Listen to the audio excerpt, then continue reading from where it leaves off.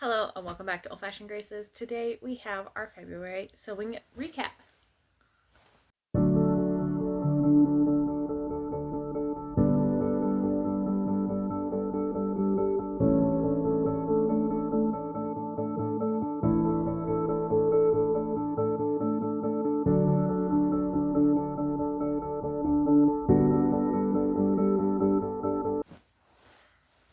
Alright, so I will link my January video up above.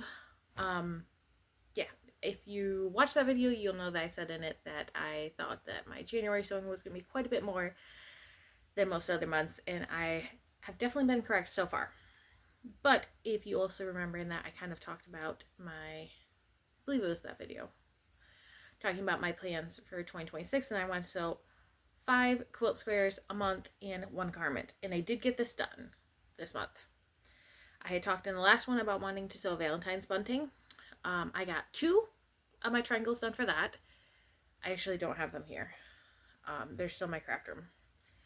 And then I couldn't find the rest of my Valentine's Day fabric. So that has been put aside till next year. I did not start on my wallet. I have come up with some more ideas on how to do that, but I haven't done that. So I'm going to show you what I did do in February. Alright, so I'm working on a St. Patrick's Day bunting. So I have 9 of these done. I'm only showing one because they're all identical. And then my debate is on what to use for the other ones. I have white or I have some yellow, but I can use the yellow. It's actually a sheet that I got in a bunch of fabric that I bought in auction. And it's big enough to use for a quilt backing. So I need to look at the size and actually tell if I have enough extra along the side that I can take these off the side. Otherwise, I think I'm going to have to do white or maybe see if I can find some green solids to fill in. But I thought the yellow would look really nice with the yellow flowers that are in here. So I'm hoping to get this done before St. Patrick's Day. So this is all stuff that I did in February, but I'm filming this on March 2nd, so I still have, a week and a half. A little over. No, 2 weeks. I can math. 2 weeks. So hopefully I can get this done. Alright. I did less of this style this month. There'll be some more of these next month. Partially because I ran out of the pre-cut backing part of it, which is not a big deal. I just have to get out my big ironing board and iron it and cut them out. But actually I prefer if I can get my husband to do it because he's much better at it. He gets them more square and it's fun to work on projects with them together. I got that one. This one. You'll probably see some more fabrics that I found in here. So I am finally starting to make progress on my scraps, which I'm very excited about, and working my way through. And I'm finding more unique fabric that was in my stash, which is lots of fun. And then the big thing that I worked on this month was 9-patch. I'd actually had a strip of my quilt done of 9-patch blocks, but at the end of that strip, I had just been like, you know what, I'll just put together all these 4-inch squares I have and a random design and it will be fine. And it would, except that that's not how my brain is happy. So I actually took a bunch of those apart and I'm making actual 9-square blocks as opposed to just random ones. So I've got this one, this one. I just love this color blue. Like, I want to make, like, if I could get that in wool, a light wool suiting, make a suit out of that I just think would be so pretty. I have this one, this one, this one, this one, this one, this one, this one, this one, this one, this one, this one, this one, and this one. So I have, I think, 3 of these that aren't shown here that I had done previously, and I need between 54 and 81 to do the quilt. It depends on the size of quilt that I want to do. So I'll do 9 by, and then I have to decide if I want 9 by 6 or 9 by 9. So I'm going to keep working through my scrap fabric and cutting them into 4-inch squares and making as many of these 9-patch quilt blocks as I can. And if I have enough, I will make 2 quilts, or if I have extras, then I will save them for a second quilt, because that's the beautiful thing is if you're willing for it to not be like super cohesive color wise, you can just keep collecting 4-inch blocks and keep making your 9 blocks and doing that. So that was the main sewing that I did this month. And then I made another Milkmaid dress. And this one, I haven't tried it on since I did the last bit of sewing, so I will show it to you and then try it on, do some short footage, and then I will probably do another video sometime in the next few weeks. I've got a couple videos lined up, so it might be a few weeks before this gets up, kind of going into more of the details. But it is, again, out of a sheet, because especially when I am working my way through a pattern and like trying to figure all that out, it's so nice to do it on fabric that costs like 25, 50 cents or $1, as opposed to $50 worth of fabric. So it's this. The fabric feels so much better after I washed it. It was so thick, almost like shower curtain-y. I think it had been starched a lot.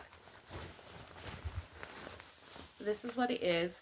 This is going to be a around the farm dress. It has some serious sun fading on it, so I know this is not going to be like a super cute going out and about dress, but I knew it would allow me to fine tune the pattern a bit more, and I need clothes to garden in, so that works. I decided partway through, you'll see on the back, to change up how I did the smocking. So definitely, or shearing, depending on what you want to call it. Definitely next time I do this, I will be doing lines. These are 1-inch lines. I might do like 1/2 inch next time. And these are just like one row after another, but it goes a lot faster, and I think it ends up looking nicer overall. It looks kind of funny having the 2 different sections, but the pea plants will not care. Neither will the green beans. So I'm going to try this on and show you this, and then yeah. Before I do that, I will just kind of go over my plans for March. My plan is to finish off the bunting and get that done and put that up. My plan is to sew a Easter bunting too, which I have a bunch of those fabrics. I just have to find them. And then I need to work on my Easter outfit. So Easter's like the 4th of April this year or something like that. So basically it needs to be done in March. She's talking over there. I have a like midnight blue satin long skirt that I typically wear for Christmas and Easter, and then I'll just put different shirts with it, because my girls have midnight blue and black satin dresses, and for Christmas we do a nice little Christmas fabric bow around it, which is so cute. And for Easter they have these cute little Easter pinafores. So I have some really pretty white fabric. I don't tend to wear white because I stain clothes a lot, but I'm debating about for Easter doing some like eyelet type fabric, white fabric, doing a peasant style blouse out of that to tuck in, do elasticated top so I can nurse in it, but also just be really pretty and something that I could use for other stuff, and then doing like a Eastery colored belt, fabric belt to go with it. So I might do that, or I'm debating about sewing an all-out Easter dress.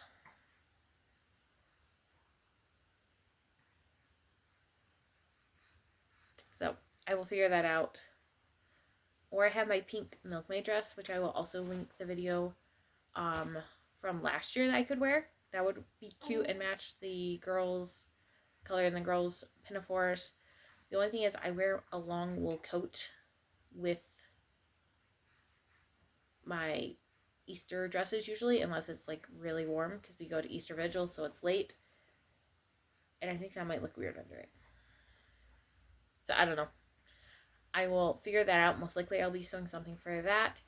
And if not, I will be sewing my daughter some dresses. So she is 5 months old now, but she is in size 9-month clothes. And so I'm going to sew some of the peasant style dresses. I'm going to take the small size, the pattern I have goes down to size 2T, but they're really simple. So I'm just going to take that and shrink it down a bit more and do that. If that is a pattern that you want, I can totally share what I draft out. It's going to be super, super simple. But if it's something that would be helpful, I can share it. So yeah, those are my plans. I'm excited that I'm finally starting to make progress on my stash of scraps, and I think these quilts are going to look really cool. I will try on this dress, and you and I will get to see how it looks together. One moment. Alright, here it is. I do not particularly like how this part came out. It just ended up being like fabric's too stiff. Other than that, I think it came out a lot better. I like how much higher the back is. So I definitely have some things I'm going to change for my next time sewing this. And this, I'm not sure how much I'll wear it this summer, but I will probably wear it this summer. Worst comes to worst, I can always shop it and just turn it into a skirt. But definitely functional. And I'll do another video in more depth here shortly.